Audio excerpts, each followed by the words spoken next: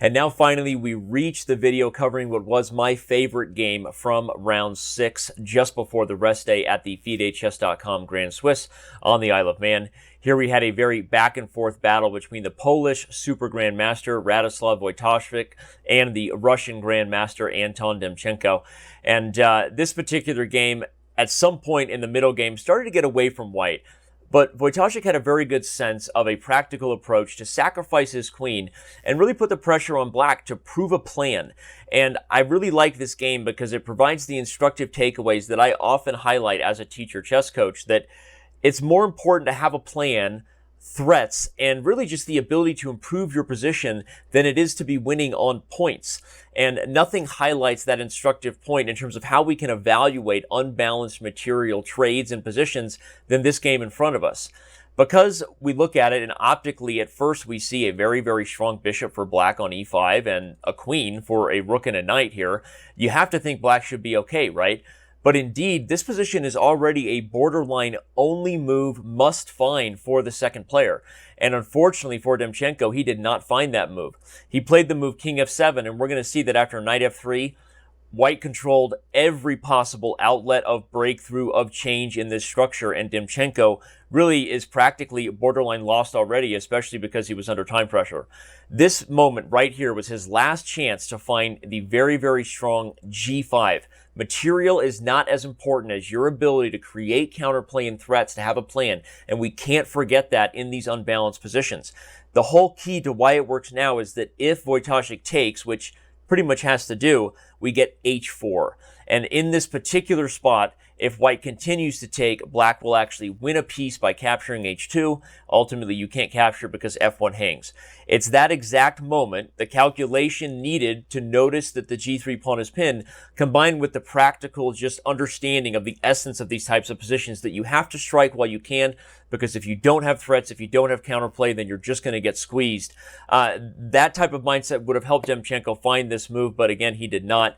h4, of course, does not have to be met by takes. White is probably still fine with both the move f4 and the move knight f3. I analyzed both, again, for my blog over on Chess.com. You can click the link below if you're watching this on YouTube, or if you're watching this on Twitch during the show.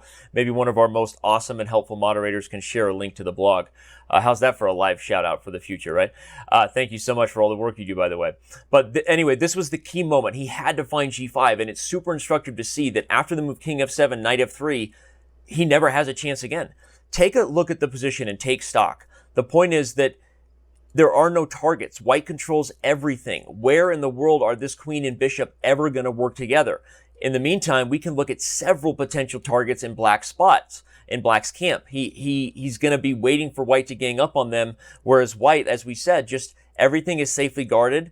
You now control all the breakthroughs, and black is really almost busted. Demchenko played bishop f6. Here comes rook e6. Bishop e7 to guard it, but guess what? I have more abilities to bring more attackers into the game. Knight d2 followed by knight e4, and every single piece is protected by another white piece. I can't highlight that enough, right? Just amazing when you see that every piece in white's camp is protected. Karpov, eat your heart out, right? But king f8 is played. Here comes knight takes d6, because again, yes, I guess I've given black a threat here, but queen e4 check is just that. Nothing but a check. The king would go to g1, and it doesn't solve your problems. So because of that, black now gets desperate, but it's too little too late. g5 can be met by capturing, rightfully so. And then the move h4 was once again met with Wojtaszek just capturing the pawn. He played rook f6 check first, but then captured. We see that checks from the queen to chase the king up didn't do much, and ultimately Demchenko just resigns here. I actually played out a line just to show you what might happen if indeed black continues to make moves. First, we can just pause 10 seconds and identify the fact that there are no threats. White could literally say pass. That shows you the importance of having a plan, that the queen is helpless. But okay, white's not just going to sit. White's going to convert. h5, h6. Of course, king g6 would allow rook f6, so the king runs. And now here comes bishop g2, so that we can get d6 and another piece in the attack. Once again, you'll note that pinning or checking things just does nothing to white's camp, besides allows me, or maybe forces me, to make some accurate moves. And after d6, I think black could probably just resign. Things like queen c3 check would allow king g4. Again, here comes bishop d5. Here comes one pawn. Here comes another and another pawn. So just awesome to see the pieces outplay the queen like this. Super instructive again to see that black just has no threats. Full disclosure, I should always note where there may have been one small improvement. In this position, I did analyze that I think queen e4 would have been a little better. White doesn't want f3 for obvious reasons. You don't want to even give any chances.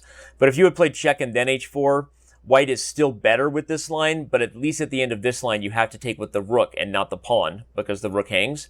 So black would have gotten at least one of the pawns back, and here there would have been some practical work for white. Totally winning for Wojtaszek for sure, but the fact that anytime you advance pawns opens up your king and the outside chance at perpetual check, this really would have been Demchenko's last and best chance. So anyway, my favorite game. I find it really instructive when we can learn to observe and think big picture and not just calculate points and material, but really understand how our pieces need to work together in the game of chess. So I hope you enjoyed that conversion by the Polish Super GM as much as I did. And I hope you're enjoying the broadcast as much as I am as we sit here and eagerly await the answers to our big questions. Who will win the FIDE Chess.com Grand Swiss and challenge Magnus Carlsen?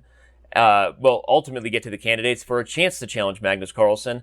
Of course, we know that Danny King and Anna Rudolph are calling it daily. Make sure you check it out at Chess.com TV. Thank you so much for all the support and the love that these videos have been getting. Hope you're checking out the blog for more insights. And again, we'll see you around on Chess.com and maybe see you in the Twitch chat watching the live show.